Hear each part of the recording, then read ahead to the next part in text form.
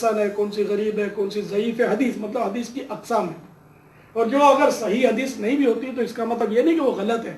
صحیح یا غلط کی نقیض یعنی کہ ضد کے طور پہ نہیں ہے، بلکہ یہ حدیث کی سب سے سمجھو کہ یہ صحت کے اعتبار سے اس کو مانا جاتا ہے صحیح حدیث. یہ اسناد کی اور یہ محدثین کی اصطلاحات ہیں. تو یہ سیاہ ستہ 6 کتابیں. چلیے آپ چاہیں تو لکھ لیجئے، اور میری غلطی ہو تو مجھے سمجھا بھی دیجیے گا. بخاری، مسلم، ابو داود، ترمذی، نسائی، ابن ماجہ. سبحان اللہ. یہ 6 ہو گئی الحمدللہ. یہ سیاہ ستہ کہلاتی ہے. تو مسلم شریف بھی سیاہ ستہ میں سے جو یعنی کہ مستند ترین کتب میں اس کا شمار ہے حدیث کی. میرے آقا یہ اس کے علاوہ اگر کوئی اور حدیث ہمیں بیان کرے تو ہم نہ مانیں. میں نے اس کہا کہ وہ صحیح حدیث نہ ہونا اس کا مطلب یہ نہیں کہ وہ غلط ہے. صحیح یہ ایک اصطلاح ہے، بلکہ خود ان صحیحین میں جیسے بخاری شریف کی بھی بعض احادیث، بخاری شریف میں اول تو وہ جو صحیح کا جو محدثین کرام کے نزدیک جو صحیح کی تعریف ہے، ڈیفینیشن ہے، اس کے معیار پر یعنی کہ ہر محدث نے اس کو تسلیم بھی نہیں کیا بخاری شریف کی ہر حدیث کو. یہاں تک کہ علامہ جوزی رحمۃ اللہ تعالی علیہ جو مطلب یعنی کہ بڑے نقاد محدث گزرے ہیں رحمۃ اللہ تعالی علیہ، بزرگ تھے، اہل علم تھے. ہمیں ان کی معاذ اللہ برائی نہیں، میں نعوذ باللہ مطلب وہ تاریخ یعنی کہ حدیث کے ضمن میں عرض کر رہا ہوں کہ یہ بہت یعنی کہ وہ تنقید بہت فرماتے تھے اور بہت زیادہ ڈیپ جاتے تھے اس کے اسناد میں. تو انہوں نے بعض احادیث بخاری کی ان کو بھی انہوں نے موضوع قرار دیا کہ بناوٹی حدیثیں. امام بخاری میں بھی بناوٹی ہیں، لیکن دوسرے محدثین نے ابن جوزی رحمۃ اللہ علیہ کا رد بلیغ فرمایا. تو یہ ایک اللہ کے بحث ہے. اسی طرح دیگر سیاہ کی کتب میں بھی بعض حدیثیں ضعیف بھی مل جائیں گی. تو حدیث شریف جو ہے نا یہ اس کی قسمیں جیسے حرام، حلال، عقائد اور یہ ثبوت جو ہے تو یہ جیسے وہ صحیح حدیث سے لیا جاتا ہے. اچھا اب جیسے فضیلت ہے، فضیلت یا ترغیب و ترہیب بولتے ہیں، انہیں رغبت دلانا اور ڈرانا. تو یہ ضعیف درجے کی حدیث بھی اس میں کام آ جاتی ہے. موضوع حدیث نہیں مانی جاتی. موضوع کا مطلب ہی بناوٹی ہوتا ہے، گھڑی ہوئی. اور حدیث گھڑنا یہ تو حرام ہے، کیونکہ حدیث پاک میں ہے کہ مفہوم ہے اس حدیث شریف کا کہ جس نے جان بوجھ کر مجھ پر جھوٹ باندھا وہ اپنا ٹھکانہ جہنم میں بنا لے. تو یہ گناہ کا کام ہے حدیث گھڑنا. لیکن لوگوں نے بہت گھڑی حدیثیں، بے شمار گھڑی، ہر دور میں گھڑتے ہیں، آج کل بھی گھڑ رہے ہوں گے. لیکن اب اسے محدثین نہیں رہے.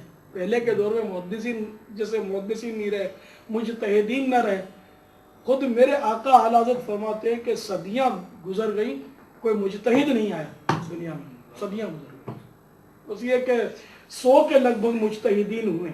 مجتہد بھی ایک بہت بڑا عالم ہوتا ہے، بہت بڑا عالم ہوتا ہے. اس کی شرائط اتنی کڑی ہے کہ اس دور میں اس معیار پر بعض چل پڑے اجتہاد کے دعوے کرنے والے، لیکن ان کو شاید مجتہد کی تعریف بھی پتہ نہیں ہوگی یا نہیں ہوگی. شاید پتہ نہ ہو اس لیے وہ مجتہد اپنے آپ کو کہہ بیٹھتے ہوں گے. پتہ ہوتا تو شاید وہ اپنا سر چھپا لیتے، منہ چھپا لیتے. حضرت سیدنا امام قسطلانی قدس سرہ النورانی فرماتے ہیں اور ولادت باسعادت کے ایام میں محفل میلاد کرنے کے خواص سے یہ امر مجرب یعنی تجربہ شدہ ہے کہ اس سال امن و امان رہتا ہے اور ہر مراد پانے میں جلدی آنے والی خوشخبری ہوتی ہے. اللہ رب العزت اس شخص پر رحمت نازل فرمائے جس نے ماہ ولادت کی راتوں کو عید بنا دیا. یہ ارشاد جو ہے المواہب اللدنیہ جلد اول صفحہ 148 پر ہے. نمبر 2 یہ مدنی پھول جو میں عرض کرا تھا، یہ جو عرض کیے گئے نمبر 1 کے ضمن میں تھے. نمبر 2 کعبۃ اللہ شریف کے نقشے، ماڈل میں معاذ اللہ کہیں کہ گڑیوں کا طواف دکھایا جاتا ہے. یہ پاکستان کی بات کر رہا ہوں کہ ہمارے یہاں باب المدینہ میں اس طرح کے مطلب ماڈل بہت آویزن کیے جاتے ہیں. تو اس میں کہیں کہیں گڑیوں کا طواف دکھایا جاتا ہے. یہ جائز نہیں ہے کہ زمانہ جاہلیت میں کعبۃ اللہ شریف میں 360 بت رکھے ہوئے تھے. ہمارے پیارے پیارے اور میٹھے میٹھے آقا صلی اللہ تعالی علیہ وآلہ وسلم نے فتح مکہ مکرمہ زادہ اللہ شرفا و تکریما کے بعد کعبۃ المشرفہ کو بتوں سے پاک فرما دیا. لہذا نقشے میں بھی بت یعنی گڑیاں نہیں ہونی چاہیے. اس کی جگہ پلاسٹک کے پھول رکھے جا سکتے ہیں. یہ عرض کرتا چلوں کہ طواف کعبہ کے منظر کی تصویر جس میں چہرے واضح نظر نہیں آتے اس کو مسجد یا گھر وغیرہ میں لگانا جائز ہے. ہاں جس تصویر کو زمین پر رکھ کر کھڑے کھڑے دیکھنے سے چہرہ واضح نظر آئے اس کا آویزاں کرنا ناجائز و گناہ ہے. نمبر 3 ایسے باب یعنی گیٹ لگانا جائز نہیں جن میں مور وغیرہ بنے ہوئے ہوں. جانداروں کی تصاویر کی مذمت میں 2 احادیث مبارکہ سنیے اور خوف خداوندی سے لرزیے.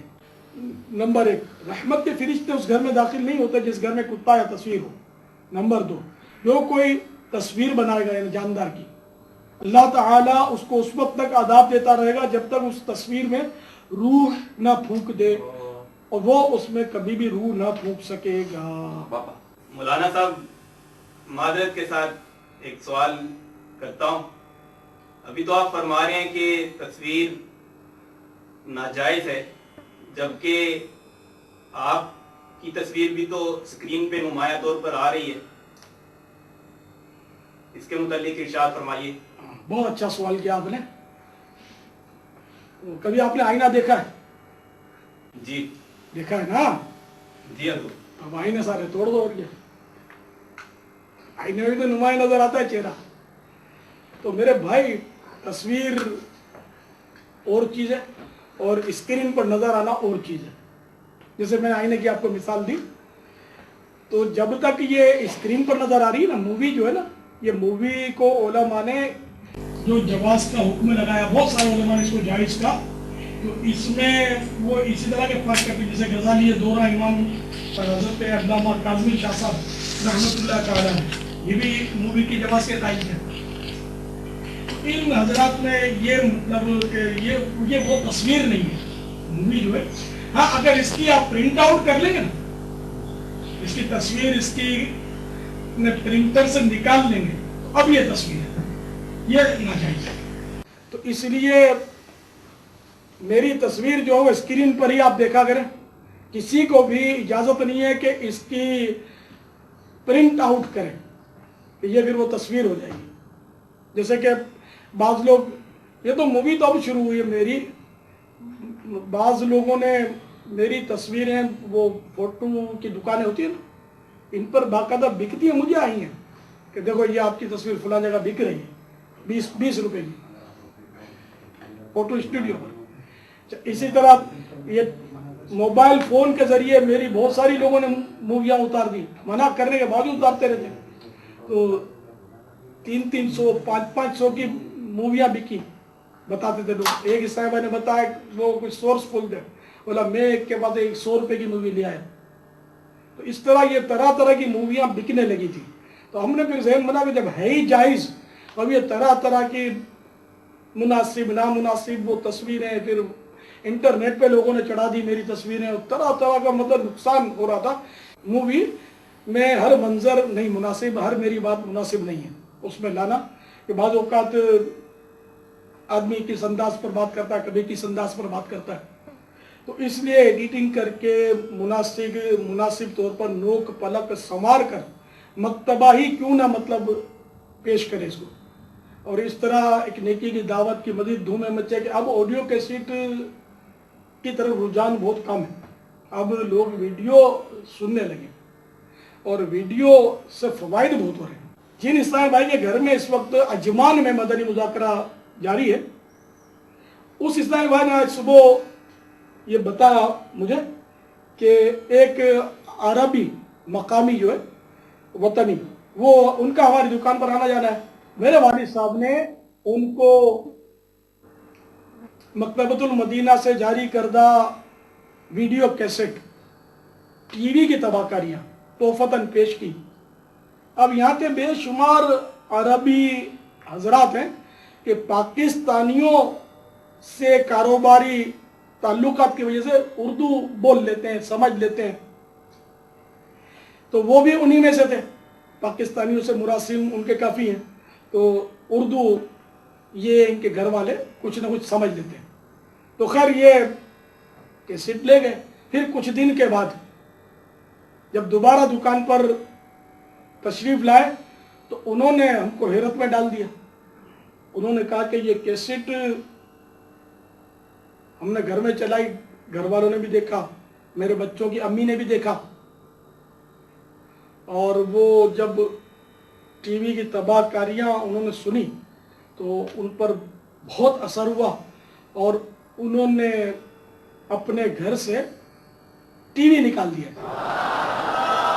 الحمدللہ اب ہمارے گھر میں یہ ٹی وی نہیں ہے. اب دیکھیں عربی اسلامی بھائی جو کوئی فصاحت اور بلاغت کے ساتھ اردو نہیں بول سکتے، نہ جانتے ہیں، لیکن الحمدللہ ٹوٹی پھوٹی جاننے کے باوجود یہ الحمدللہ انہوں نے، تو یہ فوائد اس طرح کے اور بہت سارے فوائد سامنے آ رہے ہیں. یہاں تک کہ حیدرآباد باب الاسلام سندھ کے ایک مدنی منع جو اپنے مدرسۃ المدینہ میں پڑھتے ہیں، یہ آتے ہی آتے تھے تو راستے میں کوئی ایسا محلہ ان کا ہوگا، وہاں کچھ بت پرست کفار رہتے ہوں گے، تو وہاں وہ 6 نوجوانوں کا ایک ٹولہ تھا، گروپ، وہ وہاں گپ شپ کے لیے بیٹھتا تھا، تھے سارے بت پرست کفار. تو یہ اس مدنی منع پر آوازیں کستے تھے کیونکہ اس کا حلیہ امامہ شریف سفید لباس، لیکن یہ مدنی منع ان کو خاص لفٹ نہیں کرواتا تھا.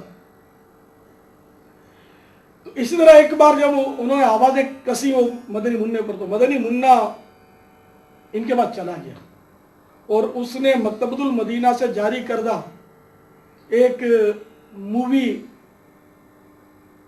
ایک ویڈیو کیسٹ ان کو تحفے میں پیش کر دی کہ اس کو دیکھ لینا. اور یہ ہنستے رہے، مذاق اڑاتے رہے، اس نے پرواہ نہیں کی. یہ مدنی منع آگے نکل گیا. دوسرے دن جب مدنی منع وہاں سے گزرا تو بجائے مذاق اڑانے کے انہوں نے اس مدنی منع کو بولا ادھر آؤ. یہ ان کے پاس چلا گیا، بولا کہ تم نے تو کمال کر دیا، ہم کو کیسی کیسٹ دے دی. اس کو ہم نے دیکھا تو ہمارے تو 14 طبق روشن ہو گئے. یہ محاورہ ہے، یعنی کہ ہمارے تو 14 طبق روشن ہو گئے، اور ہمارے دل میں جہاں اسلام کی نفرت تھی وہاں اب اسلام کی محبت موجیں مار رہی ہے. مہربانی کر کے جلدی کرو اور ہم کو تم کلمہ پڑھا کر مسلمان.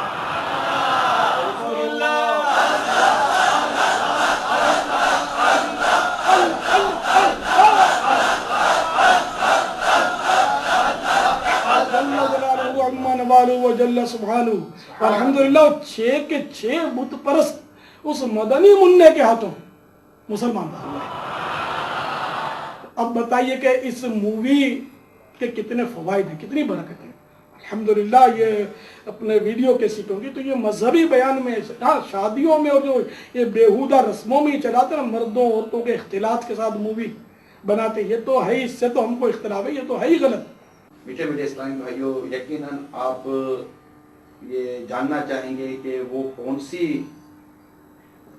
ویڈیو سی ڈی تھی جس نے ایسا مدنی انقلاب برپا کیا کہ جس سے 6 غیر مسلم بت پرست اس مدنی منع کے ہاتھوں مسلمان ہو گئے. سبحان اللہ. جاننا چاہیں گے نا؟ ضرور. اس کا نام ہے دیدار امیر لذت. مولانا صاحب ارشاد فرمائیے کہ اگر آپ کی وی سی ڈی کے ذریعے کسی نے آپ کی تصویر پرنٹ آؤٹ نکالی تو اس کا گناہ کس کے سر ہوگا؟ نکالنے والے پر.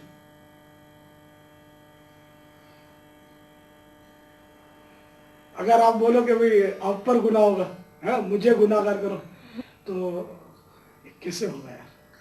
آپ سوچو تو صحیح اللہ کے بندے.